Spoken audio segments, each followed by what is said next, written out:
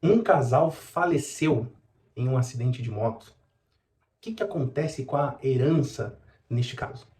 Meu nome é Summer, especialista em Direito de Família e Sucessões. Você está no canal Fala Direito Summer e hoje eu quero compartilhar essa história com vocês.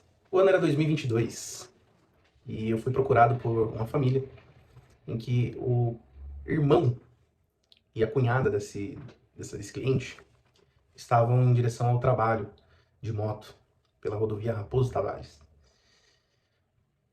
No caminho, alguns meliantes, alguns ladrões, eles tentaram abordar esse casal para roubar a moto e esse casal acelerou, tentou escapar, se desvencilhar ali daquela situação. E na fuga, em alta velocidade, esse casal perdeu o controle do veículo, dessa motocicleta, e bateram contra um poste de iluminação da via. As cenas são chocantes do resgate. O rapaz, ele faleceu, a moça, aliás, faleceu no local, bastante debilitada, para dizer o mínimo. E o rapaz ainda foi levado com vida para o hospital, mas não resistiu e veio a óbito. O SAMU foi chamado, os bombeiros foram chamados, ambulância particular que transitava no local também foi acionada para poder fazer o atendimento. Eles não possuíam um convênio médico, então foram levados a um hospital público. E ali a morte foi declarada.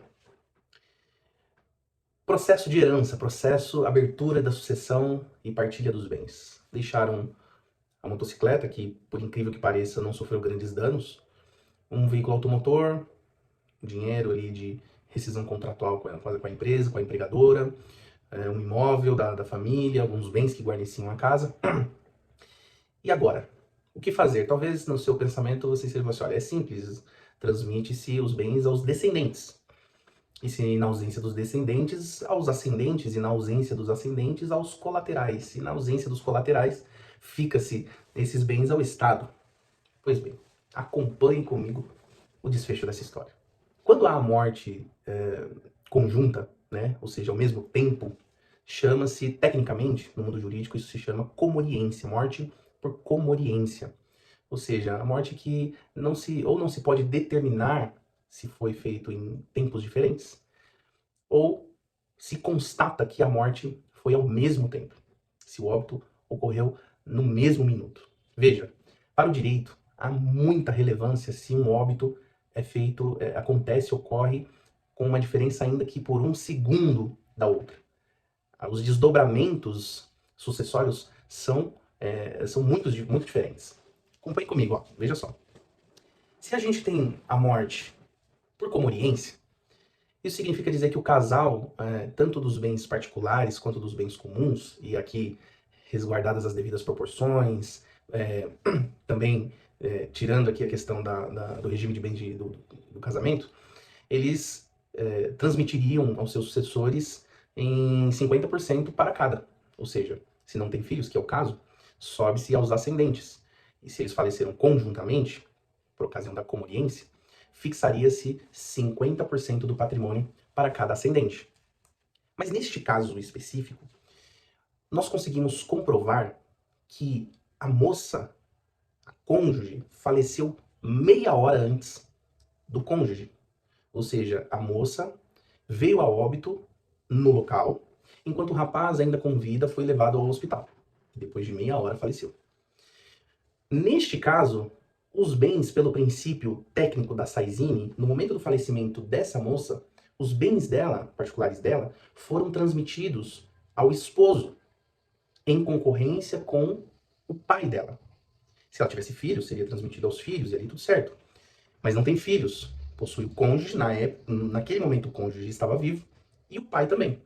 Então, portanto, os bens foram transmitidos ao esposo, 50% dos bens transmitidos ao esposo, e dos outros 50%, o parceiro, o cônjuge dela, concorreu com o pai, ou seja, da parte dela, 75% do patrimônio foi destinado ao esposo, que veio a falecer na sequência, ou seja, todo o patrimônio que ele recebeu dela meia hora antes, foi transmitido aos herdeiros dele, e apenas dele. Veja como isso faz uma diferença absurda. Absurda. Só para você entender. Vamos supor que o patrimônio total deles seja de R$ 1 milhão. Como o falecimento dela, primeiro, 50% do patrimônio é de cada um. Então, 50% dele, 50% dela. Ela faleceu, então divide-se, neste caso, o patrimônio dela, particular dela, entre o esposo e o seu pai, o seu ascendente, porque ela não possuía descendentes. Se houvesse a comoriência, ou seja, a constatação da morte conjunta, 50% do patrimônio ia para o ascendente dela e 50% para o ascendente dele. Veja a diferença, neste caso prático específico, que por conta de meia hora e as duras penas comprovado, 25% desse patrimônio não foi destinado à família dela. Foi destinado ao esposo, que depois faleceu, foi destinado à sua mãe. É uma loucura maravilhosa. E eu queria compartilhar com vocês esses desdobramentos das diferenças.